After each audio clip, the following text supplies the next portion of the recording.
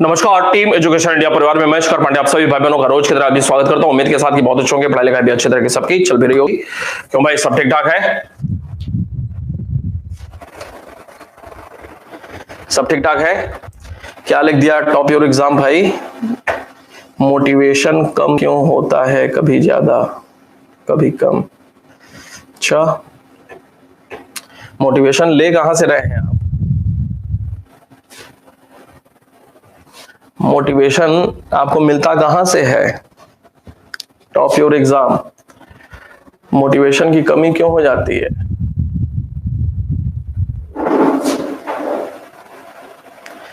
स्वागत है सौरभ जी, ऋतुराज, अभिमन्यु, नील सिंह जी, नील सिंह पहली बार भाई, अरविंद जी। अच्छा, मोटिवेशन अपने आप से आना चाहिए। मोटिवेशन अपने आप से आना चाहिए, बहुत ही महत्वपूर्ण है। अगर मोटिवेशन नहीं रहेगा ना, मोटिवेशन का मतलब किसी कार्य को करने की प्रेरणा, प्रेरणा अपने आप से आनी चाहिए। क्यों? क्योंकि करना आप ही को है, अपना जीवन आप ही को संभालना है ना, संवारना है। आप सिर्फ ये सोचिए, आप सिर्फ ये सोचिए, किसी के लिए भी, ये बहुत अच्छी बात है, ये टॉप योर एग्जाम ने लिखा कि अगर जीवन में कुछ नहीं हुआ तो फिर क्या होगा आपका। बस यही सोचिए और डर जाइए। जब डर जाएंगे ना तो निश्चित रूप से, जैसे वैदिक धर्म डर से शुरू हुआ ना, प्राकृतिक घटनाओं को समझ नहीं पाते थे, डर जाते थे, तो पूजा प्रार्थना करना शुरू कर लिया।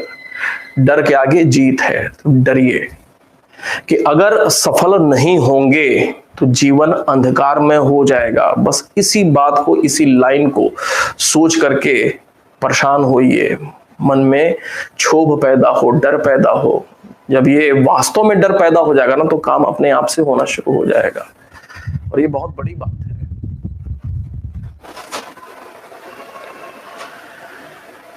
ठीक है, स्वागत है नील जी। ठीक है, तो इस पे थोड़ा सा विचार करें कि अगर एग्जाम पास नहीं होंगे तो घर में आपकी स्थिति क्या होगी, समाज में स्थिति क्या होगी, क्या आप एक जिम्मेदार व्यक्ति बन पाएंगे, शादी ब्याह कल को होगा, बाल बच्चे पैदा होंगे, कैसे सबका खर्च चलेगा। काम करना ही है, खाली बैठे रहना भी कितना बेकार होता है। मक्खियां भिन भिनाती हैं। जो निराशा से ग्रसित व्यक्ति होता है ना, तो मक्खियों को भी समझ में आ जाता है भिन्न भिन्न करके आगे पीछे। तो निराशा से बचना है तो काम करना है, काम करेंगे तो उसका परिणाम मिलेगा। हिंदू धर्म में भी सर्वत्र यही लिखा हुआ है कि कर्म का फल मिलता है, कर्म का फल मिलता है, और फल प्राप्त करने के लिए कर्म करना ही करना पड़ेगा, और कोई रास्ता ही नहीं है। तो निश्चित रूप से यह बात होनी चाहिए सबके साथ। ठीक है, चले, ये बात हो रही थी औरंगजेब को लेकर के, आज बात करनी है। मुहिउद्दीन मोहम्मद औरंगजेब पूरा नाम पूरा याद रखना बहुत जरूरी है, सारे के सारे राजाओं का। चाहे वो बाबर में हमने देखा जहीरुद्दीन, फिर हुमायूं में देखा नासिरुद्दीन, फिर अकबर में, फिर जहांगीर में, शाहजहां में देखा, वैसे ही मुहिउद्दीन मोहम्मद औरंगजेब पूरा नाम है इनका। ठीक है, और इनके बचपन का नाम आलमगीर। चूंकि आलमगीर नाम से उत्तर मुगल काल में भी एक शासक होता है जिसको आलमगीर द्वितीय कहा जाता है। आलमगीर द्वितीय नाम से उत्तर मुगल शासक भी रहा है, उत्तर मुगल शासक भी रहा है। इसका जो समय रहा है वो रहा है 1754 से 59। तो ये आलमगीर द्वितीय भी रहा है, आलमगीर नाम का एक शासक भी रहा है। यही कारण है कि इनको आलमगीर प्रथम कहा जाता है। ठीक है, प्रथम द्वितीय को लेकर के कंफ्यूजन नहीं होना चाहिए। तो मुहिउद्दीन मोहम्मद औरंगजेब की बात हो रही है, जिसका वास्तविक नाम क्या था? आलमगीर या आलमगीर प्रथम। 1658 में ताजपोशी होती है और 1707 में इनकी मृत्यु होती है। इनके कुछ उपनाम भी हैं। इनके दो प्रमुख उपनाम देखने को मिलते हैं। एक, इनको जिंदा पीर भी कहा जाता है, जिंदा पीर, और इनको शाही दरवेश भी कहा जाता है। क्लियर है? जिंदा पीर किसे कहा जाता है? औरंगजेब को कहा जाता है। शाही दरवेश किसको कहा जाता है? तो शाही दरवेश औरंगजेब को कहा जाता है। जिंदा पीर क्यों कहा जाता है? कट्टर इस्लामी था, इस्लाम धर्म को मानने वाला था, जिंदा पीर कहा जाता है। शाही दरवेश 5 वक्त का नमाजी था, 5 वक्त का नमाजी था, शराब नहीं पीता था, इस्लामी नियम कानून को मानता था, तो शाही दरवेश इसको कहा गया। ये दो तथ्य निश्चित रूप से याद होना चाहिए। अब बात करेंगे औरंगजेब के संदर्भ में अगली। इनका जो जन्म हो रहा है वो जन्म कब हो रहा है? तो इनका जन्म 1618 में हो रहा है। कहां पे हो रहा है? तो इनका जन्म 1618 में उज्जैन में हो रहा है, याद रखना है। इनका जन्म कहां हुआ था? उज्जैन में हुआ था। ये किसकी संतान थी? तो संतान जो ये हैं वो मुमताज महल के गर्भ से ही हुआ था इनका जन्म। मुमताज महल के गर्भ से हुआ था, शाहजहां के बेटे थे। इनकी अगर पत्नी की बात किया जाए तो इनकी पत्नी कौन? तो इनकी पत्नी थी रबिया बीबी, रबिया बीबी, या इन्हीं को कहा जाता है रबिया दुर्रानी, रबिया दुर्रानी। ये जो बीबी थी वो कहां की राजकुमारी थी? तो यह फारस की राजकुमारी थी, फारस अर्थात ईरान की राजकुमारी थी। याद रहेगा, रबिया बीबी या रबिया दुर्रानी, ठीक है, फारस की राजकुमारी थी। अगर इनके कुछ पुत्रियों के नाम देखा जाए, पुत्रियों के नाम महत्वपूर्ण है, महत्वपूर्ण है पुत्रियों के नाम। इस बार भी किसी भी परीक्षा के लिए पुत्रियों के नाम, पुत्रों की तुलना में पुत्रियों के नाम बड़े महत्वपूर्ण है। पुत्रियों के नाम इनका याद रखना जरूरी है। 4-5 पुत्रियां हैं, जैसे एक नाम है मेहरून निशा, मेहरून निशा। मेहरून निशा अनारकली जहांगीर वाली भी थी, लेकिन औरंगजेब की एक बेटी थी जिसका नाम भी मेहरून निशा था।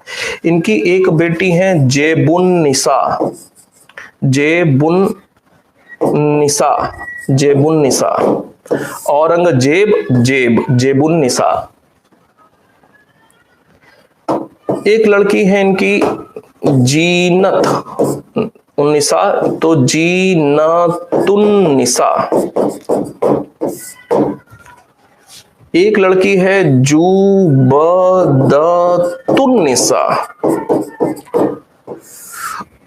क्लियर है भाई? जेबुन्निसा, जीनतुन्निसा, जुबदतुन्निसा और एक बदरुन्निसा। ये 5 लड़कियां हैं, बदरुन्निसा। ये 5 इनकी बेटियां हैं। पुत्रों में बात किया जाए तो पुत्र इनके कौन कौन? तो एक का नाम है बहादुर शाह, बहादुर शाह प्रथम, बहादुर शाह प्रथम। दूसरा मोहम्मद सुल्तान, तीसरा आजम और एक अकबर। अकबर नाम का भी इनका पुत्र था, ठीक है। बहादुर शाह प्रथम, मोहम्मद सुल्तान, आजम और अकबर, इनके 4 बेटे थे। सबसे बड़ा कौन था? सबसे बड़ा यह था। जैसे जैसे शाहजहां के समय काल में दक्षिण अभियान औरंगजेब ने, तो वैसे ही औरंगजेब के समय काल में दक्षिण अभियान में इनको लगाया गया था। दक्षिण अभियान बहादुर शाह प्रथम को, ठीक है, बहादुर शाह प्रथम को दक्षिण अभियान में, याद रखना जरूरी है नाम, जहां जहां जो जैसे आवश्यकता है वो वैसे आपको बातें बताते हैं, याद रखना जरूरी है, प्रश्न बनेगा। बहादुर शाह प्रथम, मोहम्मद सुल्तान आजम और अकबर। बहादुर शाह प्रथम सबसे बड़े, ठीक है, और दक्षिण अभियान में इनको लगाया था औरंगजेब ने। बात आगे ले चलते हैं। इनकी जो ताजपोशी होती है, औरंगजेब की जो ताजपोशी होती है वो ताजपोशी 2 बार होती है। ताजपोशी 2 बार। कौन सा मुगल शासक था जिसकी ताजपोशी 2 बार होती है? उत्तर है औरंगजेब। कब कब? तो एक बार होता है जुलाई 1658 में, और अगला जो होता है वो होता है जून 1659 में। 2 बार ताजपोशी किसकी होती है? औरंगजेब की। कब कब होती है? निश्चित रूप से याद रखना है। अकबर द्वितीय नहीं लिखेंगे इसको, अकबर द्वितीय नहीं लिखेंगे लाल बहादुर जी, सिर्फ अकबर, शहजादा अकबर कह लें, सिर्फ अकबर, क्योंकि अकबर द्वितीय नाम से एक राजा होता है। अकबर राजा था और अकबर के नाम से ही एक जो राजा होता है वो अकबर द्वितीय होता है, जो कि बहादुर शाह जफर के बाबूजी थे, पिताजी थे, ठीक है। तो अकबर द्वितीय इसको नहीं कहेंगे, सिर्फ अकबर, बेटा है, राजकुमार है, बस, ठीक है। शासक रहता तो पहला दूसरा कहते इतिहास में, लेकिन नहीं। आगे बात करेंगे। आमतौर पे औरंगजेब की बात हो रही है। औरंगजेब जो है ना, आमतौर पे इसको एक कट्टर शासक माना जाता है। कट्टर शासक क्यों माना जाता है? कट्टर शासक इस वजह से माना जाता है क्योंकि इन्होंने शासन प्रशासन में इस्लामी नियमों को क्या दिया? तरजीह दिया। इस्लामी नियमों को, कानूनों को तरजीह दिया था, महत्व दिया था, तरजीह दिया। इन्होंने शासन प्रशासन में उलेमाओं को तरजीह दिया, उलेमाओं को प्राथमिकता दिया। ऐसा क्यों किया जा रहा है? ऐसा इस वजह से किया जा रहा है क्योंकि ये जो औरंगजेब हैं, इनका उद्देश्य क्या था? इनका उद्देश्य था भारत को दारुल इस्लाम बनाना। दारू नहीं है, सिर्फ दारुल इस्लाम बनाना इनका उद्देश्य था। दारुल इस्लाम मतलब इस्लामी राज्य बनाना। दारुल इस्लाम का मतलब इस्लामी राज्य बनाना इनका उद्देश्य था। कट्टर इस्लामी थे, उलेमाओं को, इस्लामी नियमों कानूनों को महत्व दे रहे हैं शासन प्रशासन में, और इनका उद्देश्य यहीं से निकल करके आता है, भारत को दारुल इस्लाम बनाना। तो एक प्रश्न बनता है कि अकबर फिर क्या चाहता था? दारुल के संबंध में अकबर की क्या मान्यता थी? तो भाई अकबर के विषय में लिखा है अबुल फजल ने लिखा है, याद रख लेना, यहीं पे महत्वपूर्ण है, ने लिखा है कि अकबर क्या चाहता था? दारुल हर्ब चाहता था। दारुल हर्ब चाहता था। दारुल इस्लाम नहीं चाहता था, दारुल हर्ब चाहता था।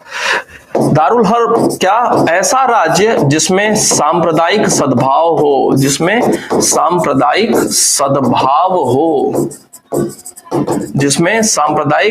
जिसमें धार्मिक सहिष्णुता हो, वैसा राज्य चाहता था। अकबर जानता था कि विभिन्न जाति, धर्म, संप्रदाय का यह देश है, तो किसी एक धर्म को सबके ऊपर ठोक देना, लागू कर देना उचित नहीं है। तो अकबर दारुल हर्ब चाहता था, जानकारी अबुल फजल दे रहा है। अकबर दारुल हर्ब चाहता था, इस बात की जानकारी सुलह कुल से भी हो सकती है, जिसकी जानकारी कौन दे रहा है? अबुल फजल ही दे रहा है। याद रहेगा भाई, याद रहेगा।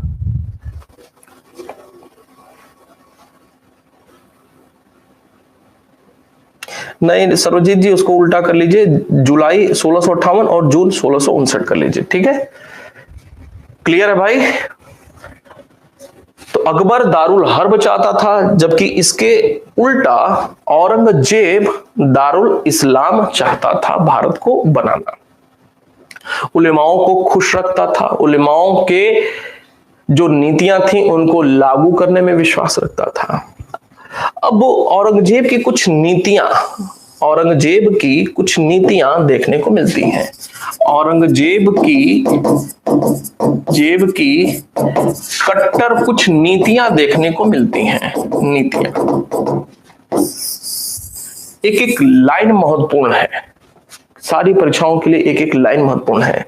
कट्टर नीतियां में जैसे औरंगजेब ने झरोखा दर्शन जो होता था, झरोखा दर्शन को प्रतिबंधित कर दिया।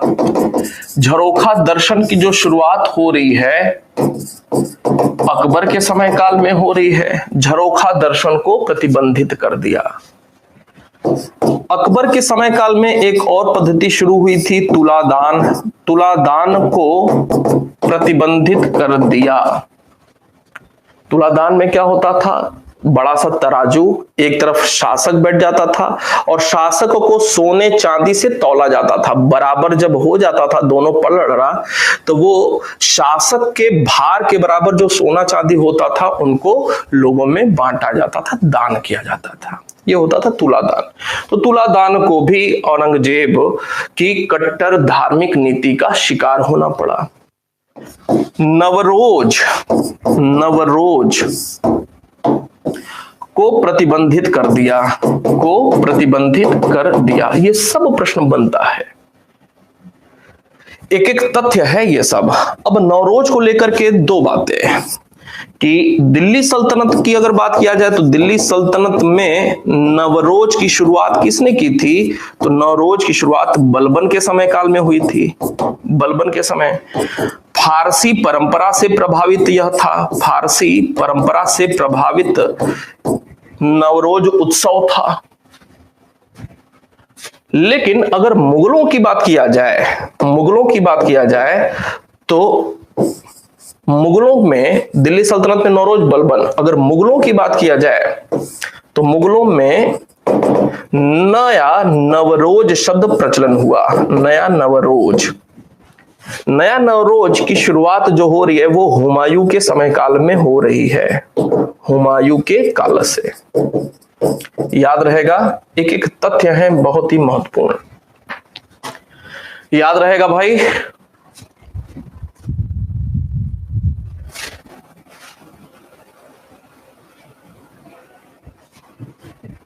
ठीक है, आगे बात करते हैं। हुमायूं की बात हो रही है तो हुमायूं के समय ही मीना बाजार की भी शुरुआत हुई थी। मीना बाजार भी आरंभ हुआ था हुमायूं के ही समय। न सिर्फ नया नवरोज बल्कि मीना बाजार की भी शुरुआत हुई थी।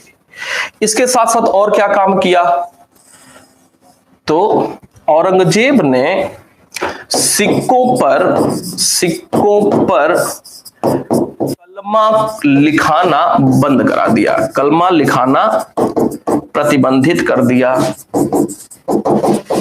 बंधित किया। कलमा क्या है, जो कुरान की आयतें हैं या फिर कह लें कि प्रतीक हैं कुरान में, या फिर कुछ शब्द है, शुभ शब्द जो कुरान में है, तो सिक्कों पर वो सारे शब्दों का प्रयोग होता था। सिक्के कई बार जमीन पे गिर जाते थे, सिक्कों पर लोगों का पैर भी पड़ जाता था। तो औरंगजेब ने इस दृष्टिकोण से कि कुरान की बातें लिखी हुई हैं, उस पे शब्द लिखे हुए हैं और लोगों का पैर पड़ जा रहा है, तो सिक्कों पर कलमा लिखाना प्रतिबंधित करा दिया। इसके अलावा इन्होंने और धार्मिक कट्टरता में क्या किया, इन्होंने जो मुस्लिम महिलाएं संत पीर बाबा या किसी मजार पर जाती थीं, पर जाना प्रतिबंधित करा दिया। जैसा काम फिरोज शाह तुगलक ने किया था जैसा काम सिकंदर लोदी के समय काल में हुआ था वैसा ही काम इनके समय भी देखने को मिलता है। इसके अलावा इन्होंने क्या किया, इन्होंने ब्राह्मणों नहीं, इन्होंने जजिया कर कब 1688 में एवं तीर्थ यात्रा कर को पुनः वसूलना आरंभ कराया। जजिया कर और तीर्थ यात्रा कर, ये जो जजिया कर है, जजिया कर के संदर्भ में कि कौन मुगल शासक था जिसने ब्राह्मणों से भी वसूला, ब्राह्मणों से भी। कौन मुगल शासक है जो अधीनस्थ जो हिंदू राजा थे उनसे भी वसूला। तो किसको छोड़ा, जजिया कर से। तो जजिया कर के संदर्भ में, जजिया कर बच्चों से नहीं लिया जाता था औरंगजेब के द्वारा, महिलाओं से नहीं लिया जाता था, जो ये दास मतलब गुलाम थे इनसे नहीं वसूला जाता था। भिखारी थे, इनसे नहीं वसूला जाता था। याद रखना है, यह भी वसूला जाता था। क्लियर है भाई?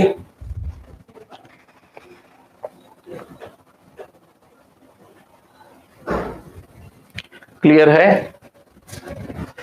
इसके साथ और क्या काम किया? तीर्थ यात्रा कर, ये 1679 तीर्थ यात्रा कर 1679 की बात है। इसके अलावा क्या काम किया इन्होंने? दरबार में जो संगीत का आयोजन होता था, अर्थात दरबारी संगीत, एवं दरबार में जो ज्योतिष कार्य होते थे पर प्रतिबंध लगा दिया। इसके साथ साथ और धार्मिक कट्टरता का परिचय दिया, यह कि बनारस में विश्वनाथ मंदिर,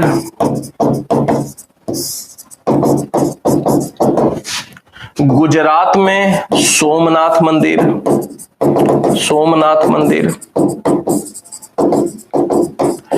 एंड मथुरा में कृष्ण जी का केशव मंदिर या केशव राय मंदिर को क्या कराया?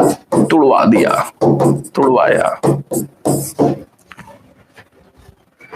ठीक है, ये 3 मंदिरों के नाम बहुत ही याद रखना है। नहीं मतलब दोनों के द्वारा नहीं, मुगल काल में तो हुमायूं के समय काल में ही शुरू हो रहा है, सल्तनत में बलबन के द्वारा शुरू था। ठीक है, फिर वो आई गई बात हो गई, सल्तनत खत्म हुआ, आई गई बात हो गई। मुगल काल में हुमायूं के समय काल से नवरोज की शुरुआत हो रही है। ठीक है, मुगल काल में हुमायूं के। ठीक है आशा जी? ठीक है, क्लियर है? हाँ लिखिए, आगे बढ़ते हैं। इसके साथ साथ एक और काम किया इन्होंने,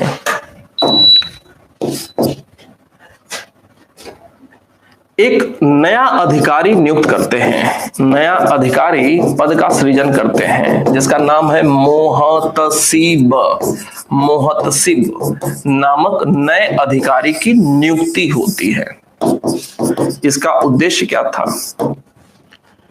तो औरंगजेब का जो साम्राज्य है उसमें नैतिकता बनाए रखने के लिए, नैतिकता बनाए रखने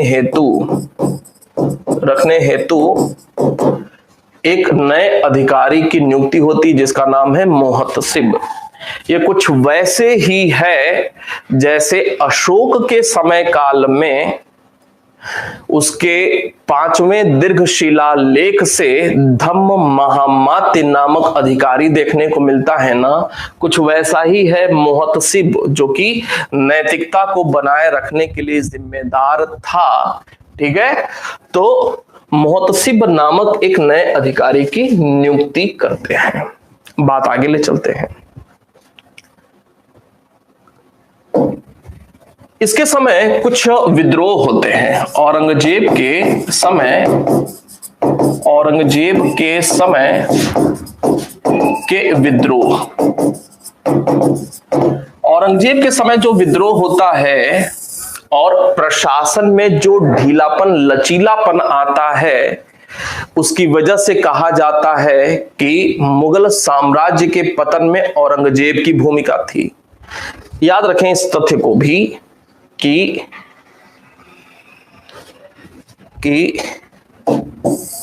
अगर कभी प्रश्न ये पूछ लिया गया कि दिल्ली सल्तनत के पतन में किसकी भूमिका थी, तो दिल्ली सल्तनत के पतन में भूमिका फिरोज शाह तुगलक की मानी जाती है।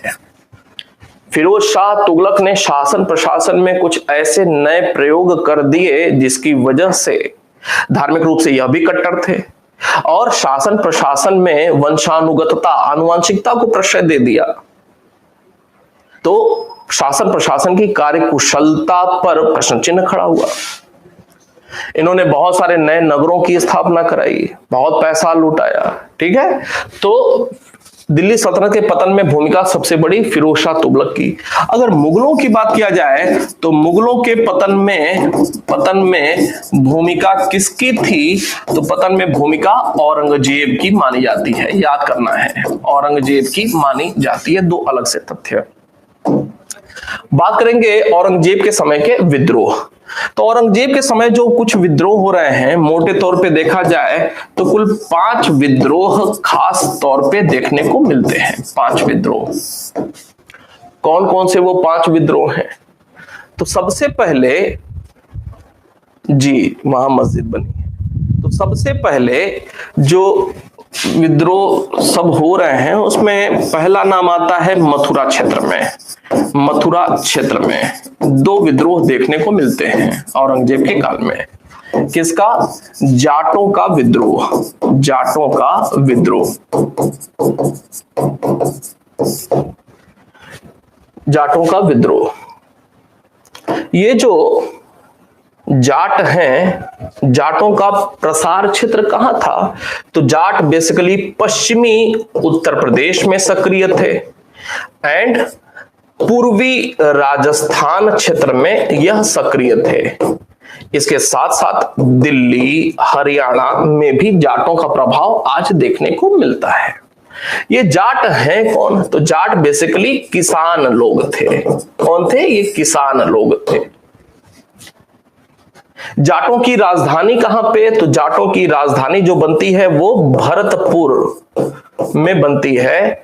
जाटों की राजधानी भरतपुर। भरतपुर कहां पे है? तो पूर्वी राजस्थान में है। पूर्वी राजस्थान में।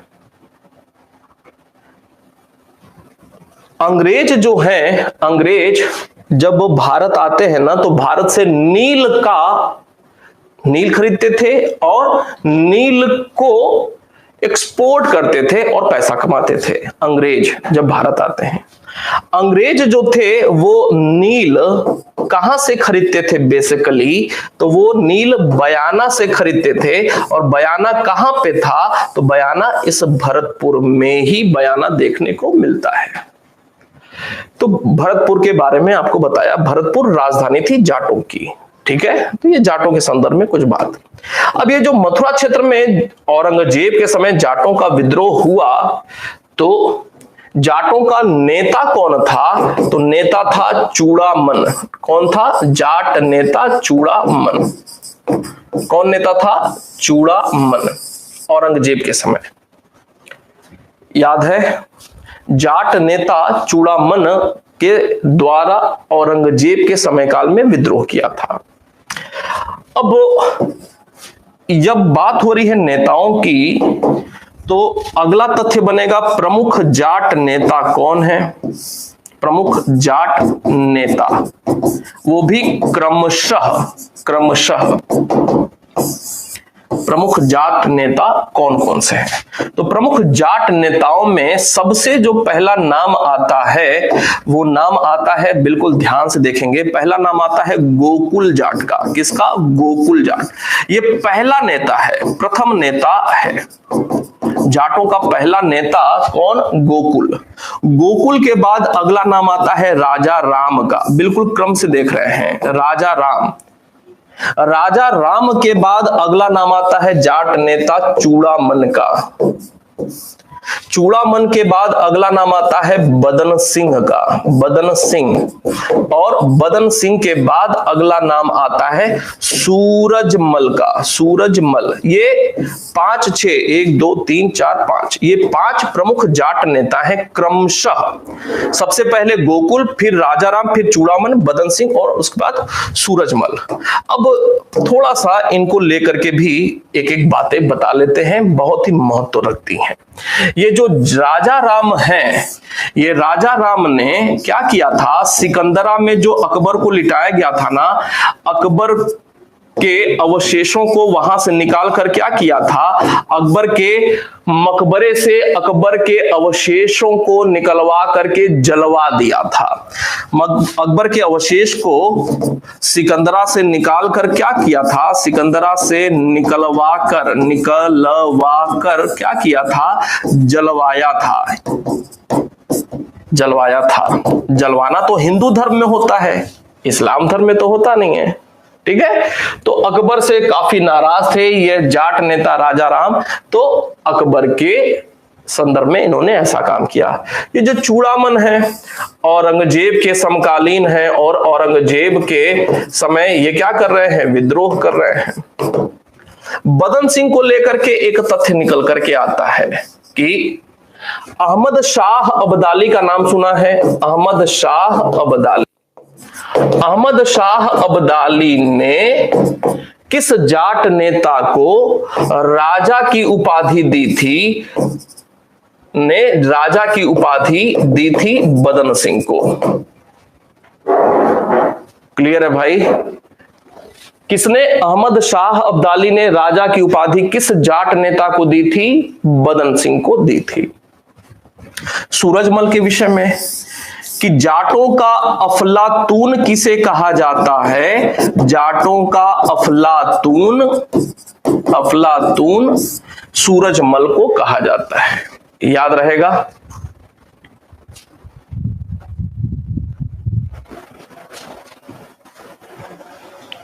याद रहेगा? आगे बात करते हैं।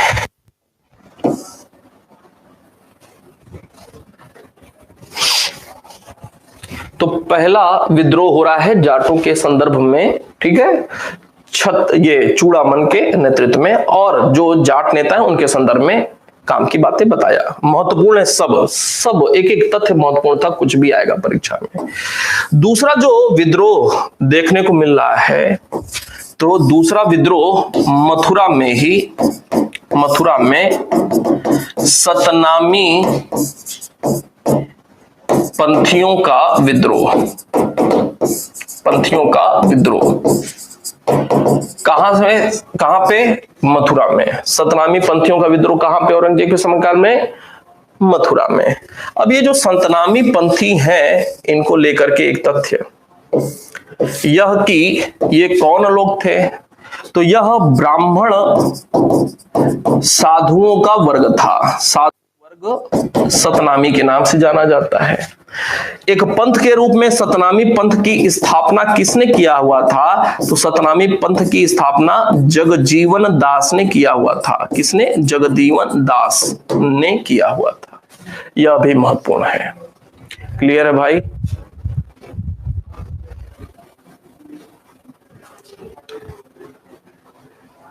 ठीक है। जाटों का संस्थापक कौन है? तो आपको नेताओं के बारे में बताया कि पहला नाम, अब डिपेंड करेगा प्रश्न के संदर्भ में प्रश्न कैसा है। जाटों का संस्थापक इसको नहीं कहा जा सकता है, संस्थापक इसको नहीं कहा जा सकता है, गोकुल को नहीं कहा जा सकता है, लेकिन पहला नेता अगर पूछा जाए तो उत्तर गोकुल ही लगेगा। लेकिन अगर संस्थापक आपने जैसे पूछ लिया तो संस्थापक में इसको लगाया जा सकता है, लेकिन सही मायने में देखा जाए तो संस्थापक यह भी नहीं है। क्यों? क्योंकि एक अलग जाट राज्य की स्थापना इन लोगों के द्वारा नहीं की जा रही है। एक स्वतंत्र, भरतपुर में राजधानी बना करके स्वतंत्र राज्य की स्थापना इन्हीं के समय काल में देखने को मिल रही है। ठीक है, अब जैसा प्रश्न आवे उस हिसाब से काम होगा। ठीक है भाई, आगे बात करते हैं। सतनामियों का विद्रोह औरंगजेब के समय काल में हो रहा है, जगजीवन दास सतनामी। तीसरी बात, बुंदेला विद्रोह। बुंदेला विद्रोह, बुंदेला विद्रोह का मतलब बुंदेलखंड क्षेत्र। कौन सा? बुंदेलखंड क्षेत्र। जो बुंदेला विद्रोह हो रहा है, तो औरंगजेब के समय जो बुंदेला विद्रोह हुआ वो किसके द्वारा हो रहा है? छत्रसाल के द्वारा। छत्रसाल के द्वारा हो रहा है। छत्रसाल ये वही हैं जिन्होंने बाजीराव प्रथम मराठा बाजीराव प्रथम को मस्तानी नाम की एक लड़की गिफ्ट किया था। मस्तानी नामक लड़की उपहार स्वरूप भेंट किया था। ठीक है, बाजीराव मस्तानी, ये वही छत्रसाल है। छत्रसाल के द्वारा औरंगजेब के समय काल में विद्रोह देखने को मिल रहा है।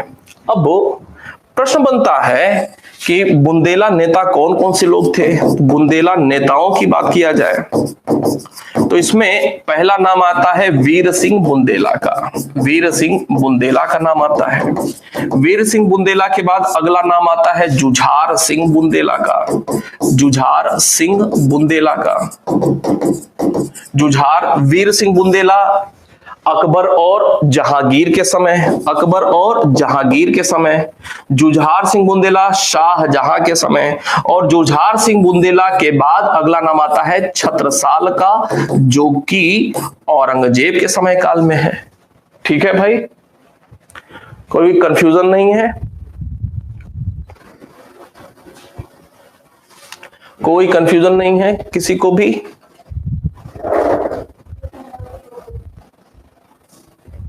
अब जैसे प्रतिमा जी आपने पूछा जाटों के संदर्भ में, तो एक तथ्य यहां भी बनेगा कि एक स्वतंत्र बुंदेला राज्य की स्थापना किसने की थी? तो मालवा क्षेत्र में एक स्वतंत्र बुंदेला राज्य की स्थापना छत्रसाल के द्वारा ही की गई थी। एक स्वतंत्र बुंदेला राज्य की स्थापना छत्रसाल के द्वारा। ये लोग मुगलों से जुड़े हुए थे, मुगल से ये भी जुड़े हैं, मुगल से ये भी जुड़े हैं, लेकिन छत्रसाल पहली बार एक स्वतंत्र राज्य की स्थापना कर रहा है। ठीक है,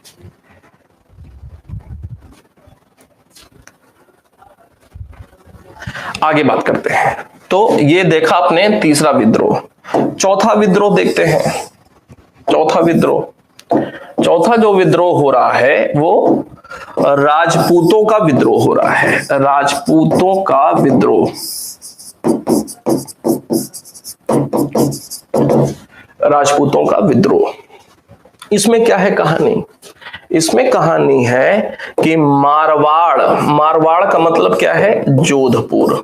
राजस्थान में मारवाड़ राज्य मतलब जोधपुर। मारवाड़ के जो राजा थे जिनका नाम था जसवंत सिंह। कौन? जसवंत सिंह। जसवंत सिंह की मृत्यु हो गई, और मृत्यु के समय, ध्यान से सुनिएगा कहानी, जसवंत सिंह की मृत्यु होती है और मृत्यु के समय जसवंत सिंह की मृत्यु के समय इनकी पत्नी से कोई बेटा अभी पैदा नहीं हुआ था। जब इनकी मृत्यु हो जाती है जसवंत सिंह की, तो औरंगजेब ने मारवाड़ को मुगल अधीन करने अर्थात मुगलों के साम्राज्य में मिलाने का प्रयास चल रहा है। उसी दौरान एक अचानक से सूचना औरंगजेब तक पहुंचती है कि जसवंत सिंह की मृत्यु के बाद उनकी पत्नी से एक बेटा पैदा हुआ है। औरंगजेब मानने के लिए तैयार नहीं कि यह बेटा जसवंत सिंह का है, लेकिन जसवंत सिंह की जो पत्नी थी वो गर्भ से थी पहले से, और बेटा पैदा होता है कि मृत्यु के बाद मारवाड़ पर क्या था कारण? मारवाड़ पर औरंगजेब कब्जा करना चाहता था, लेकिन कुछ समय के बाद जब जानकारी मिली कि जसवंत सिंह का पुत्र पैदा हो गया है जिसका नाम हुआ अजीत सिंह, नाम याद रहेगा, अजीत सिंह।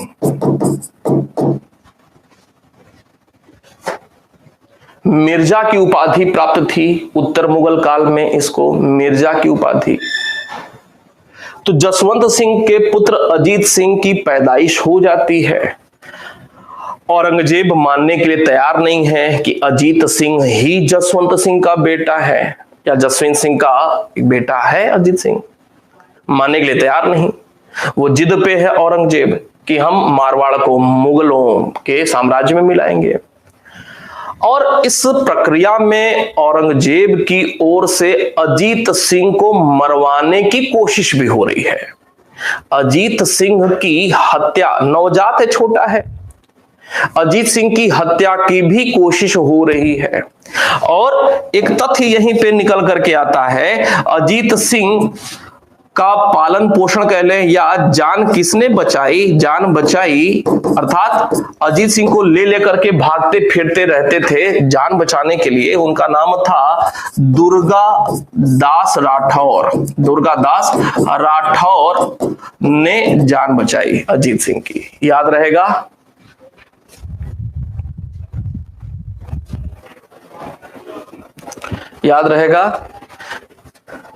तो बहुत सारे राजपूत राज्य इस घटना के वजह से थोड़ा सा मुगलों से अब दूरी बनाना शुरू कर लिए। औरंगजेब से दूरी बनाना, धार्मिक कट्टरता का परिचय पहले ही दे रहा था। तो अब वो बहुत सारे हिंदू राज्य, राजपूत राज्य, राजस्थानी राज्य अब दूरी, सशंकित होने लगे औरंगजेब की नीतियों से। ठीक है, जो पांचवा विद्रोह हो रहा है, पांचवा विद्रोह वो सिखों की ओर से हो रहा है, सिख विद्रोह।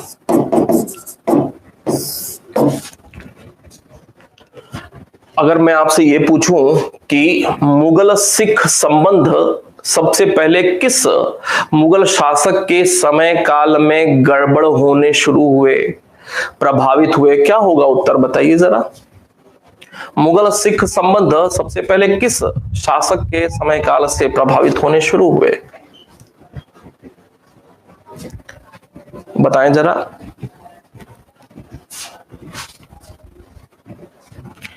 सिख विद्रोह, इसमें जो बात है कि पहली बात कि अगर प्रश्न ये पूछ लिया जाए कि औरंगजेब के समकालीन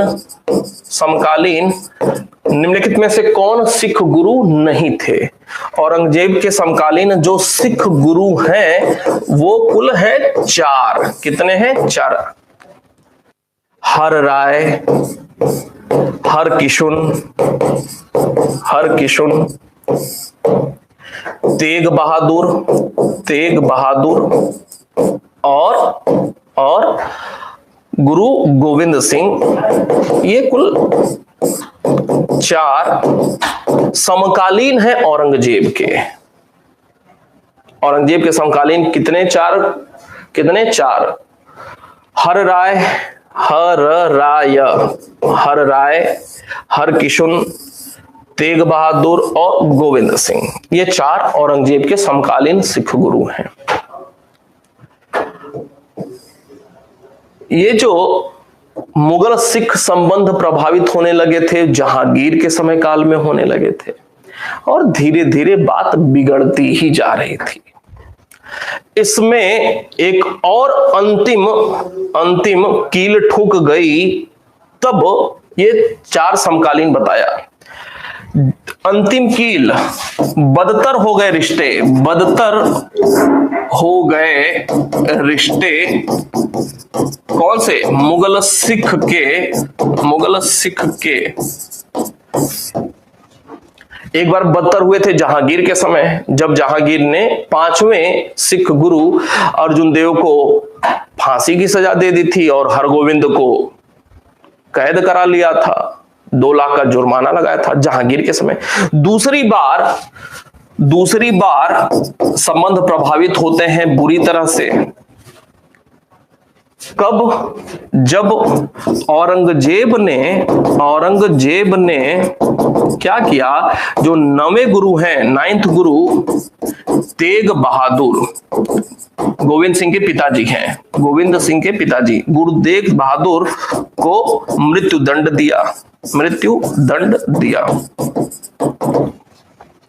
क्यों ऐसा हुआ? इसका कारण यह है कि जो पंजाब क्षेत्र में जो मुगल सेनापति था जकारिया खां, मुगल सेनापति जकारिया खां पंजाब क्षेत्र में, वो लगातार सिखों का धार्मिक उत्पीड़न कर रहा था, परेशान करता रहता था। एक बार जकारिया खान ने कहा कि तुम सारे सिख इस्लाम धर्म में परिवर्तित हो जाओ। ऐसे में जो गुरु हैं तेग बहादुर, उन्होंने कहा जकारिया खां से कि जकारिया, हम तुम्हारी बात मान लेंगे, लेकिन एक शर्त है। क्या शर्त है? जो कश्मीर में एक हिंदू राजा है, अगर वो पहले इस्लाम धर्म अपना ले तो हम भी तैयार हैं उसके लिए। औरंगजेब तक यह बात जाती है धर्म परिवर्तन को लेकर के। औरंगजेब बड़ा ही नाराज होता है शर्तों को लेकर के, और दिल्ली में औरंगजेब की ताजपोशी दिल्ली में हुई थी। दिल्ली में जो लाल किला वाला सामने, जो लाल किला का प्रांगण है, उसके ठीक सामने जो रोड है, उसमें सबसे पहले बाईं तरफ दिगंबर जैन मंदिर है, फिर उसके बाद लाल किला के ठीक सामने वाली जो रोड है, जो फतेहपुरी मस्जिद तक जाती है आगे 1.5 किलोमीटर आगे, तो उस रोड पे ही पहले लाल किला के ठीक सामने सबसे पहले दिगंबर लाल मंदिर है, दिगंबर जैनों का। फिर उसके बाद शिव जी का मंदिर है, फिर उसके बाद उस रोड पे ही एकदम सटे उसके बाद फिर इस्लाम धर्म की एक मस्जिद है, फिर उसके बाद शीशगंज गुरुद्वारा है सिखों का। और जो शीशगंज गुरुद्वारा के ठीक सामने का चौराहा है, उस चौराहे पर ही औरंगजेब के आदेश से इनका जो सर है वो कलम कर दिया गया था। ठीक है, गुरु तेग बहादुर की हत्या कर दी गई, अब मृत्युदंड दिया गया। इसी पर गुरु तेग बहादुर ने एक लाइन कहा था, शीश दिया पर सार नहीं, अर्थात सर कटा दिया, लेकिन सिखों के विचारों के साथ मुगलों से कोई समझौता नहीं किया, सार नहीं दिया। और इन्हीं की स्मृति में जो गुरुद्वारा बना वो शीश दिया था तो शीशगंज गुरुद्वारा दिल्ली में बना। क्लियर है बात? क्लियर है भाई?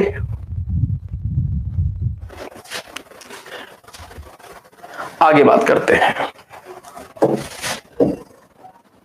तो ये 5 कुल विद्रोह होते हैं।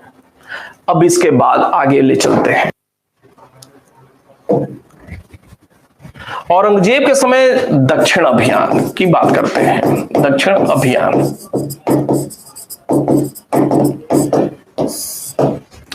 औरंगजेब का जो दक्षिण अभियान हो रहा है उसके 3 कारण हैं। 3 कारण कौन कौन से? एक कारण है मराठा। मराठा में कौन? शिवाजी। दूसरा कारण है बीजापुर और तीसरा कारण है गोलकुंडा। ये 3 कारण हैं जिसकी वजह से दक्षिण में अभियान हो रहा है औरंगजेब के समय काल में।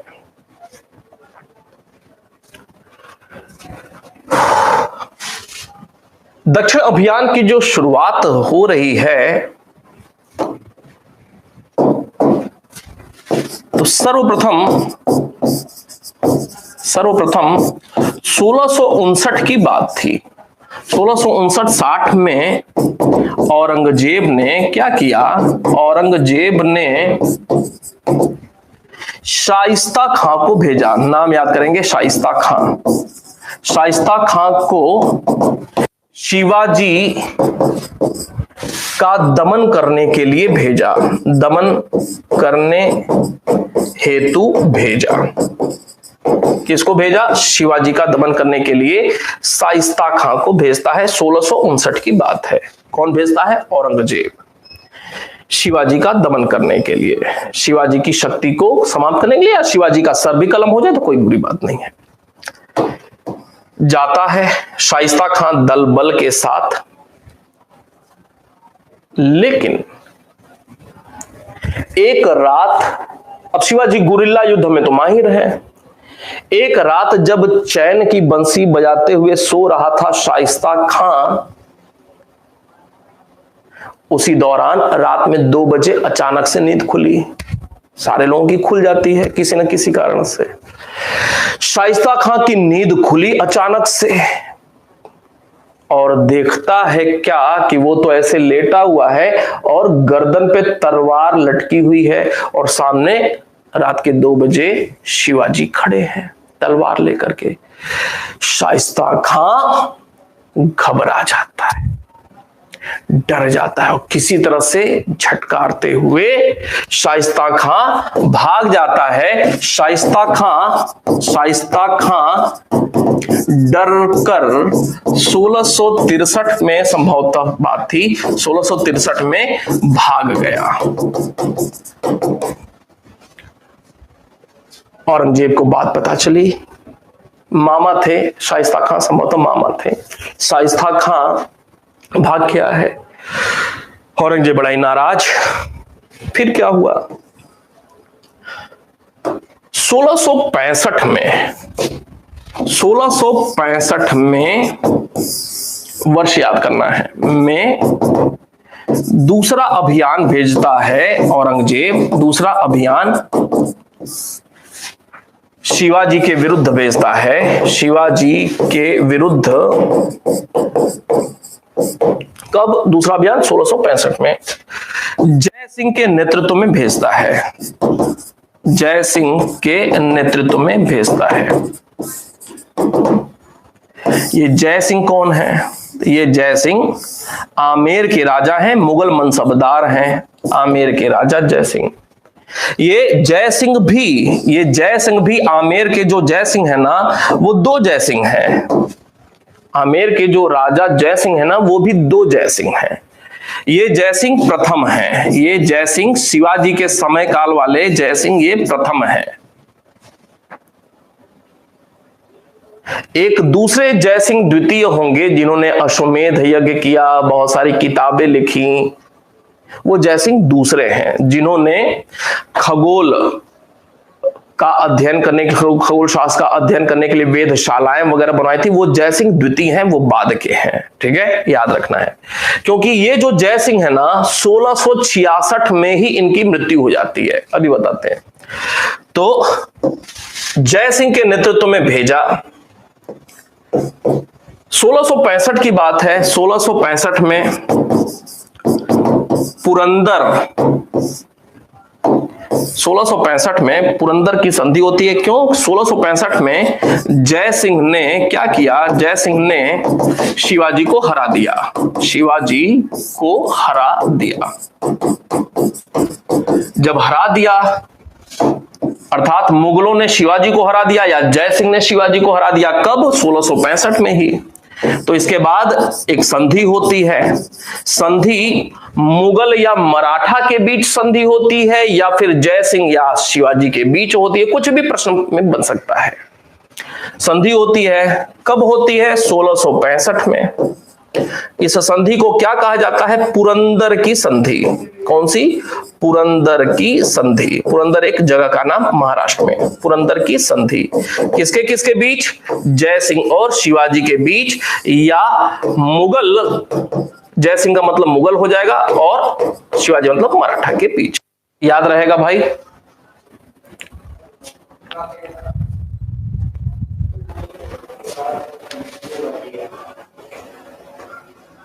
याद रहेगा?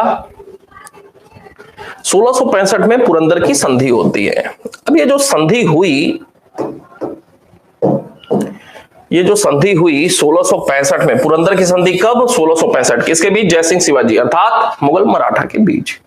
अब ये जो संधि हुई तो इसमें शिवाजी को अपने 2/3 किले मुगलों को सौंपने पड़ गए। मुगलों को सौंपना पड़ा।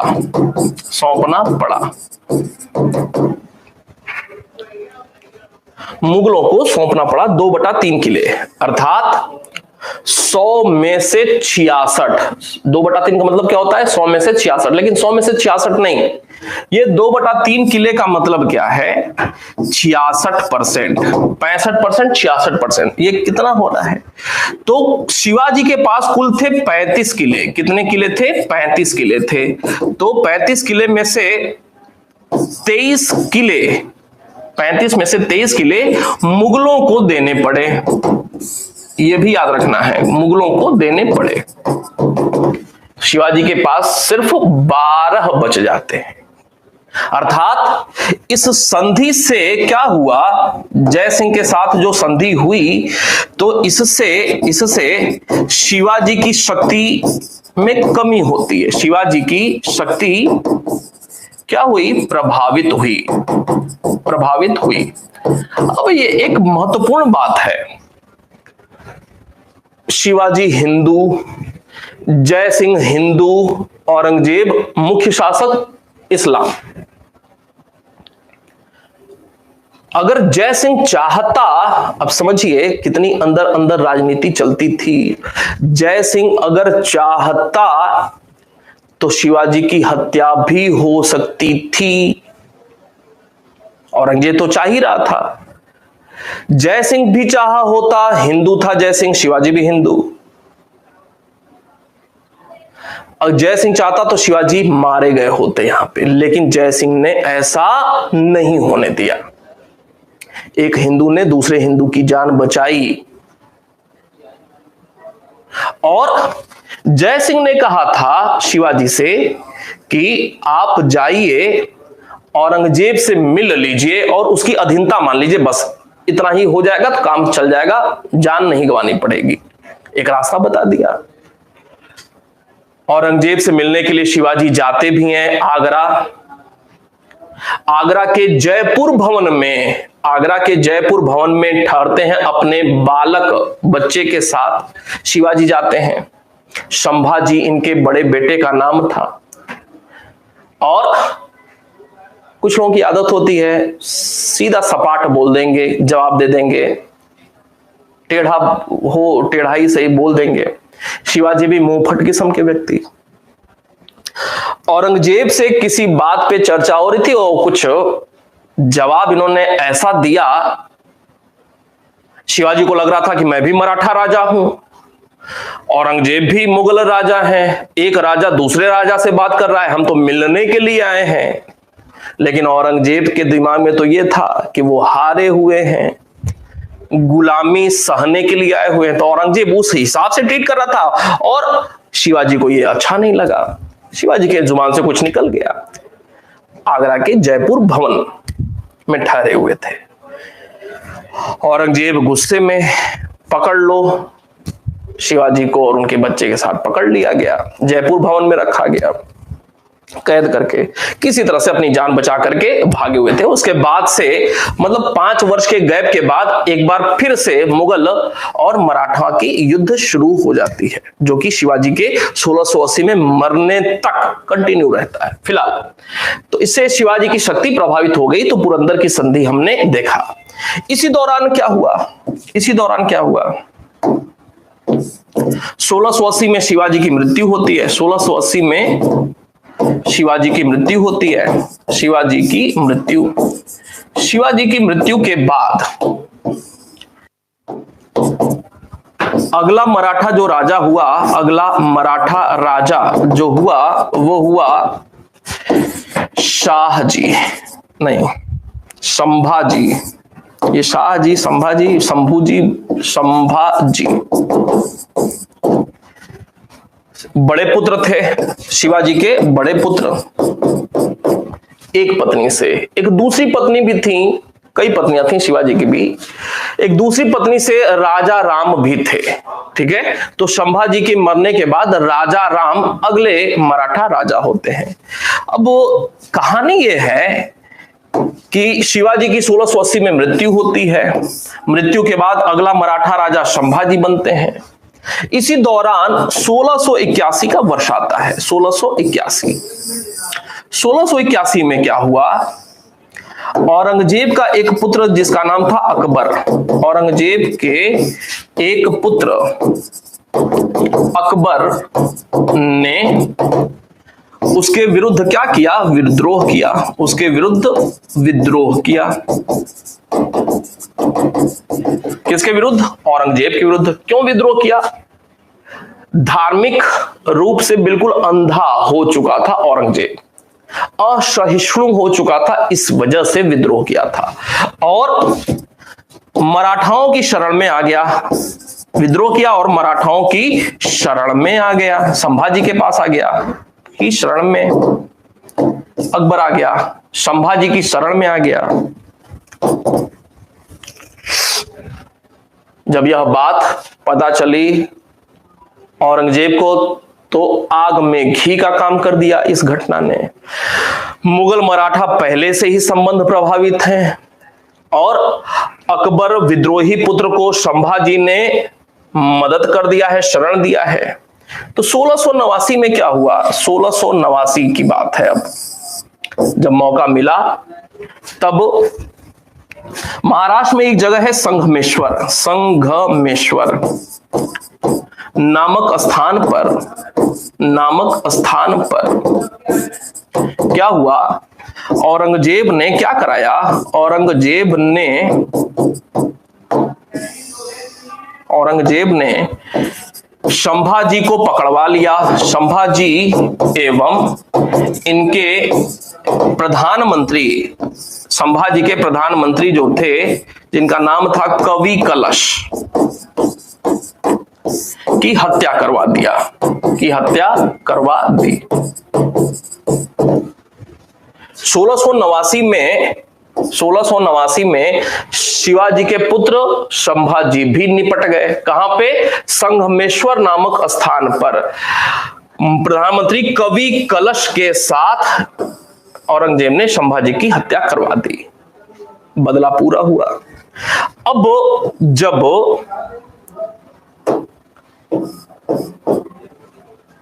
संभाजी की मृत्यु के बाद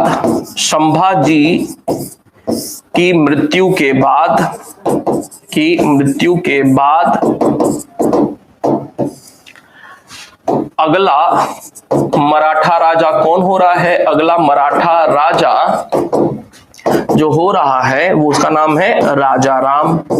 शिवाजी की दूसरी पत्नी से उत्पन्न यह दूसरा पुत्र राजाराम।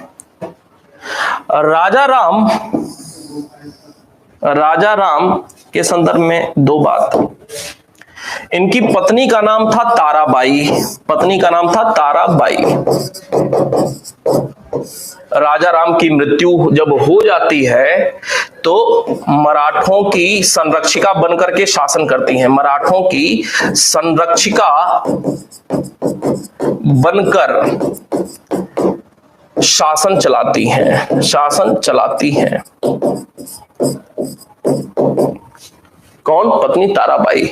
और राजाराम का पुत्र कौन था? उसका नाम है शिवाजी द्वितीय। शिवाजी द्वितीय जो कि अल्प वयस्क था, छोटी उम्र का था। अल्प वयस्क,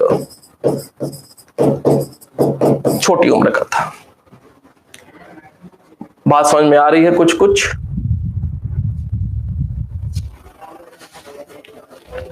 बात समझ में आ रही है भाई? कुछ कुछ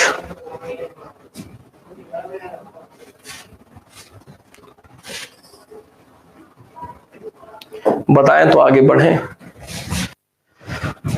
संभाजी की मृत्यु के बाद अगला मराठा राजाराम। थोड़ा सा इनको भी इंक्लूड ही कर लेते हैं। राजाराम की मृत्यु जो होती है, राजाराम की मृत्यु हो जाती है 1700 में। 1700 में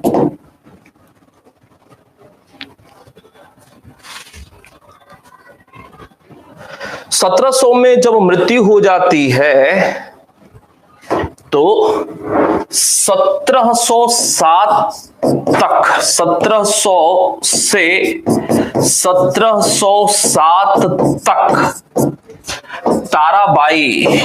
ताराबाई मराठा शासन चलाती हैं। मराठा शासन चलाती हैं।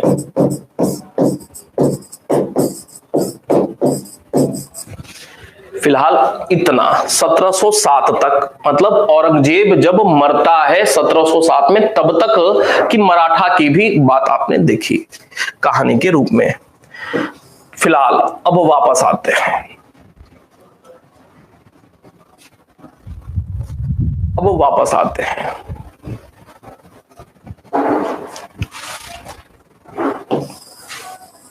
यहां पे देखा कि 1681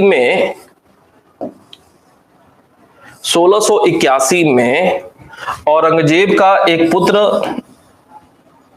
अकबर उससे विद्रोह करके मराठाओं की अर्थात संभाजी की शरण में आता है।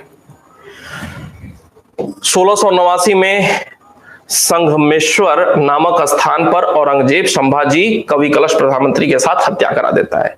अब इन दोनों घटनाओं के बीच में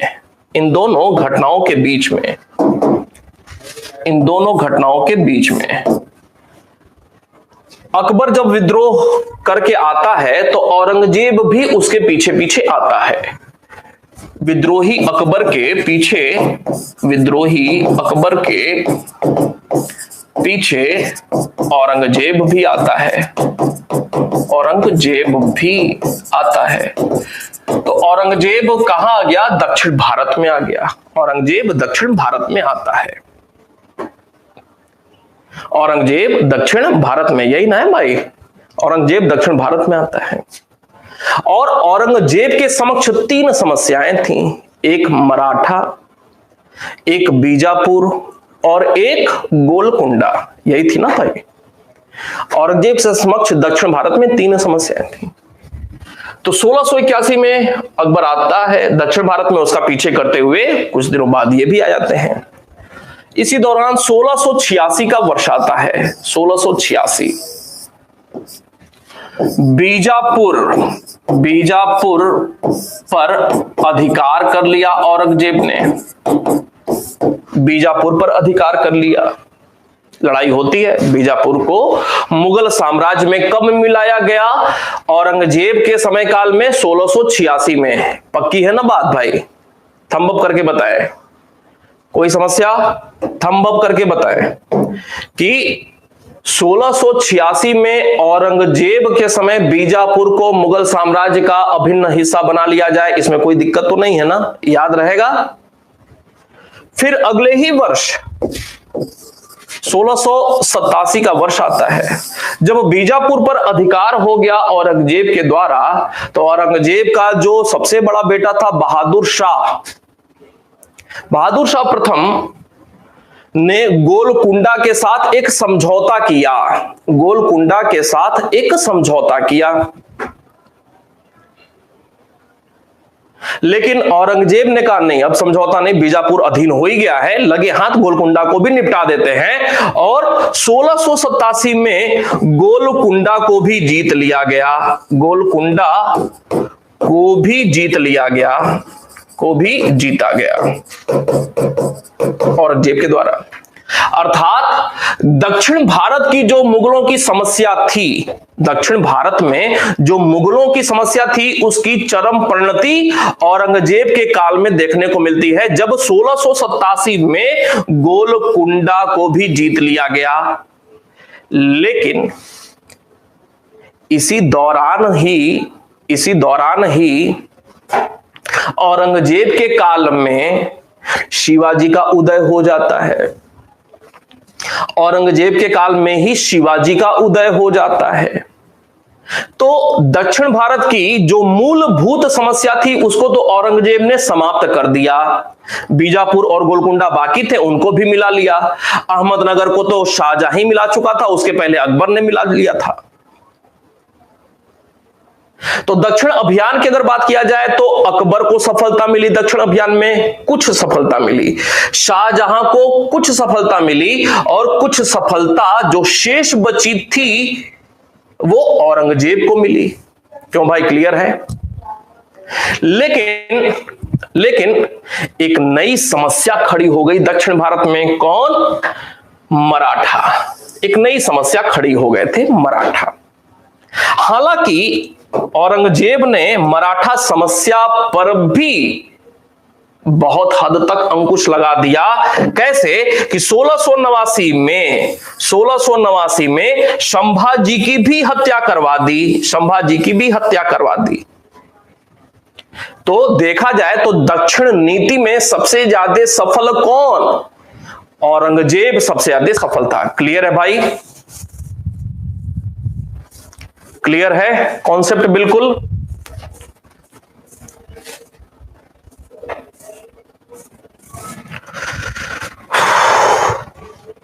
उम्मीद करता हूं कि निश्चित रूप से क्लियर होगा। अब बात करेंगे, दो चार और बातें हैं, ध्यान से देखेंगे। मुझे नहीं लगता है कि इतने क्रम से व्यवस्थित रूप से आपने पहले कभी मुगलों को या औरंगजेब को भी देखा होगा या दक्षिण अभियान की बात किया होगा। स्थापत्य संबंधी बात करते हैं। औरंगजेब के समय स्थापत्य कार्य तो कुल 4 निर्माण देखने को मिलता है प्रमुखता से। 4 निर्माण औरंगजेब के समय काल में। पहला लाहौर में बादशाही मस्जिद। लाहौर में बादशाही मस्जिद का निर्माण किसने कराया था? लाहौर में बादशाही मस्जिद का निर्माण औरंगजेब के काल में हुआ था। दूसरा, दिल्ली के लाल किला में मोती मस्जिद का निर्माण किसने कराया था? तो मोती मस्जिद का निर्माण आगरा में तो शाहजहां के काल में हुआ था, लेकिन दिल्ली में लाल किले में औरंगजेब के समय काल में। तीसरी महत्वपूर्ण बात, बीबी का मकबरा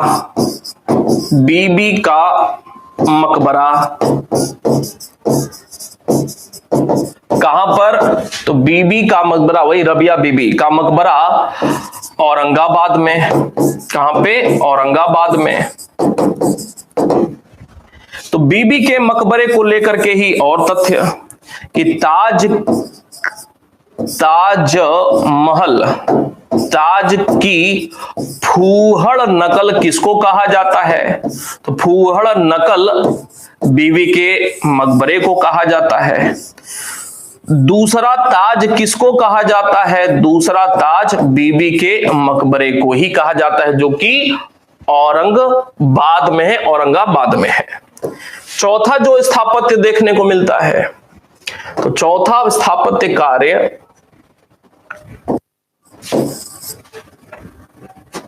कहां पे? दौलताबाद में। दौलताबाद में औरंगजेब का मकबरा, औरंगजेब का मकबरा। औरंगजेब का मकबरा कहां पे है? औरंगाबाद में नहीं है, दौलताबाद में है, याद रखने की जरूरत है।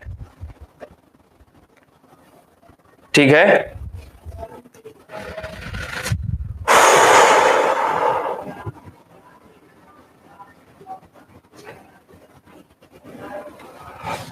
ठीक है। ये चार प्रमुख स्थापत्य संबंधी कार्य। आगे बात करेंगे, कुछ प्रमुख पुस्तकों की बात करते हैं। पुस्तक, औरंगजेब के काल के दौरान की पुस्तक। पहला नाम आता है आलमगीर नामा। आलमगीर, इसका वास्तविक नाम था आलमगीर नामा, की रचना किसने किया? कासिम सिराजी ने किया था। किसने? सिराजी ने किया था।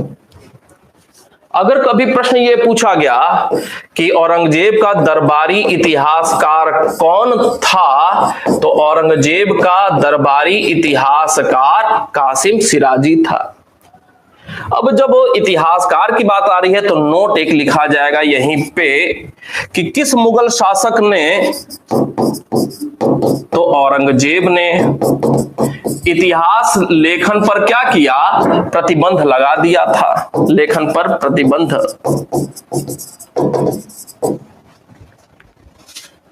एक और महत्वपूर्ण किताब, खुलासत, प्रतिबंध लगा दिया, लेकिन एक और तथ्य, सर्वाधिक साहित्य लेखन इसी के समय काल में भी हुआ था। लेखन भी हुआ इसी के समय, प्रतिबंध के बावजूद। दूसरी किताब है खुलासत उत तवारिख। खुलासत उत तवारिख किसके द्वारा? खुलासत उत तवारिख सुजान राय भंडारी के द्वारा। सुजान राय भंडारी के द्वारा खुलासत उत तवारिख। एक तीसरी किताब है नुस्खा ए दिलकुशा।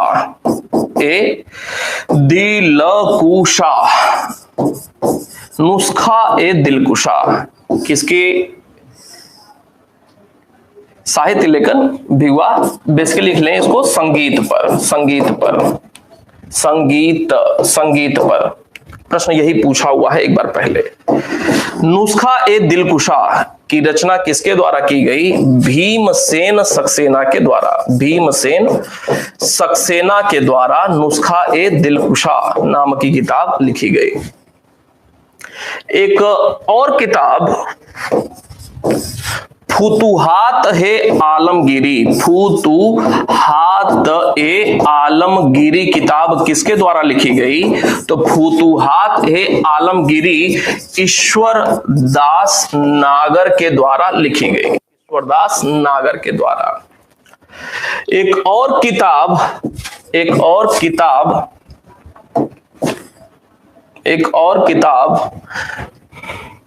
मुंतखाब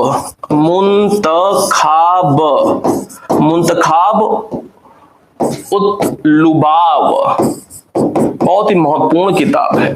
राइटर और भी महत्वपूर्ण, जिसका नाम है खफी खां।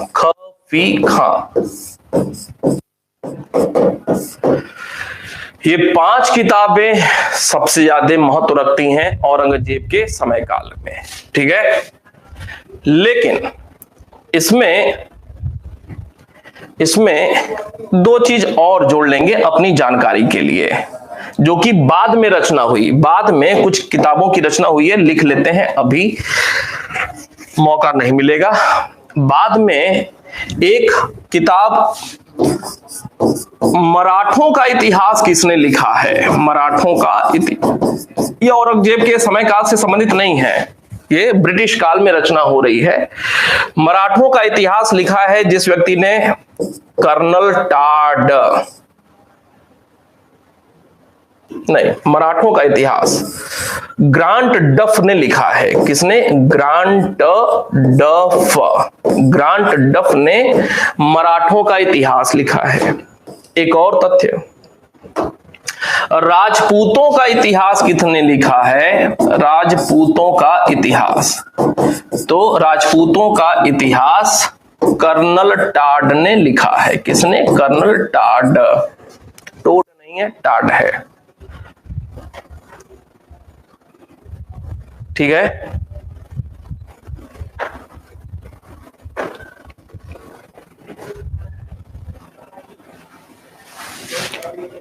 ठीक है। अब वही राजपूतों का, आगे बात करें, एक दो बातें और हैं, फिर समाप्त करते हैं इसको। अब प्रश्न बनेगा कि अकबर क्या बजाता था? तो अकबर नगाड़ा नगाड़ा नगाड़ा बजा करता था।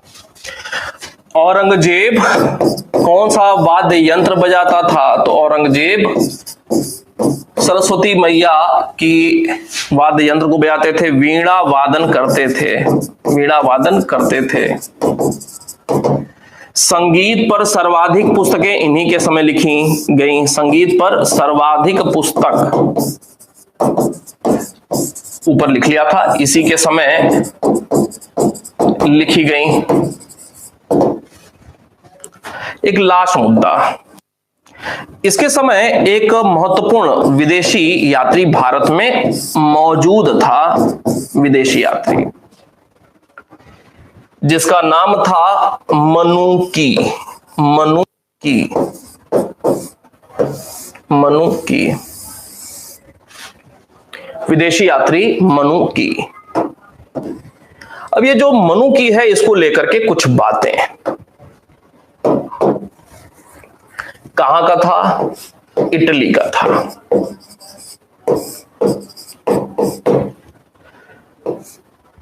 भारत में लगभग 50 वर्ष रहा, लगभग 50 वर्ष रहा। इसकी मृत्यु भी भारत में हुई, मृत्यु भी भारत में हुई। ये जो मनुकी है, भारत में अपने जीवन का आरंभ दारा शिकोह के तोपची के रूप में किया था, दारा शिकोह के तोपची के रूप में कार्य किया था, तोपची के रूप में कार्य किया था। दारा शिकोह तो मर गया, तो बाद में फिर औरंगजेब के लिए काम करने लगा। ये जो मनुकी की मृत्यु हुई थी, तो वो कहां हुई थी? मद्रास में, मद्रास में मृत्यु हुई थी, मद्रास में। इसने एक पुस्तक लिखी, यह भी महत्वपूर्ण है, पुस्तक लिखी जिसका नाम है स्टोरियो दोगार, स्टोरियो दोगार नाम से एक किताब भी इन्होंने लिखी थी, स्टोरियो दोगार। बात खत्म।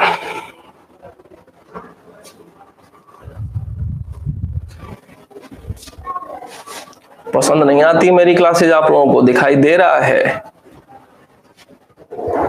पसंद नहीं आती हैं।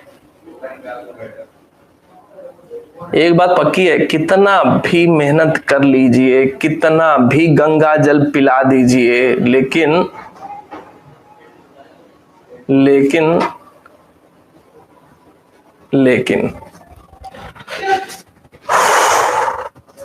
तो ये बात फिनिश होती है, ठीक है, औरंगजेब का काम तमाम। लेकिन इस पे एक क्लास और करेंगे, अभी इस पे एक क्लास और करेंगे, वो पॉसिबल होगा तो शाम के समय कर लेंगे या कल संडे के दिन कर लेंगे, मुगल प्रशासन। मुगल प्रशासन पे एक क्लास, 1 घंटे काम करेंगे तो इस पे भी, ठीक है, छोड़ना उचित नहीं है, इसको भी करना जरूरी है, ठीक है। तो मुगल प्रशासन पे एक क्लास और करेंगे, राजाओं वाला काम क्लियर हो गया, ठीक है। मिले फिर,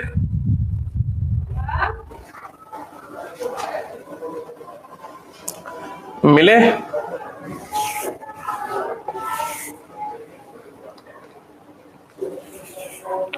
उत्तर मुगल काल का राहुल पूरा 500 से ज्यादा प्रश्न भिजवाया हुआ है, सीधे सीधे रट्टा मारिए वहां से, ठीक है।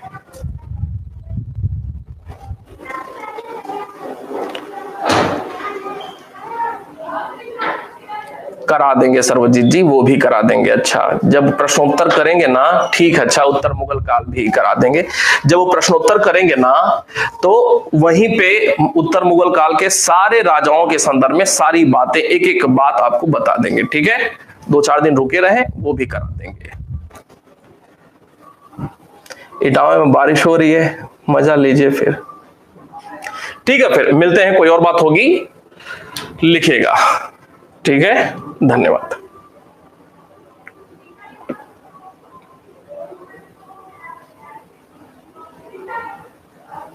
भगवान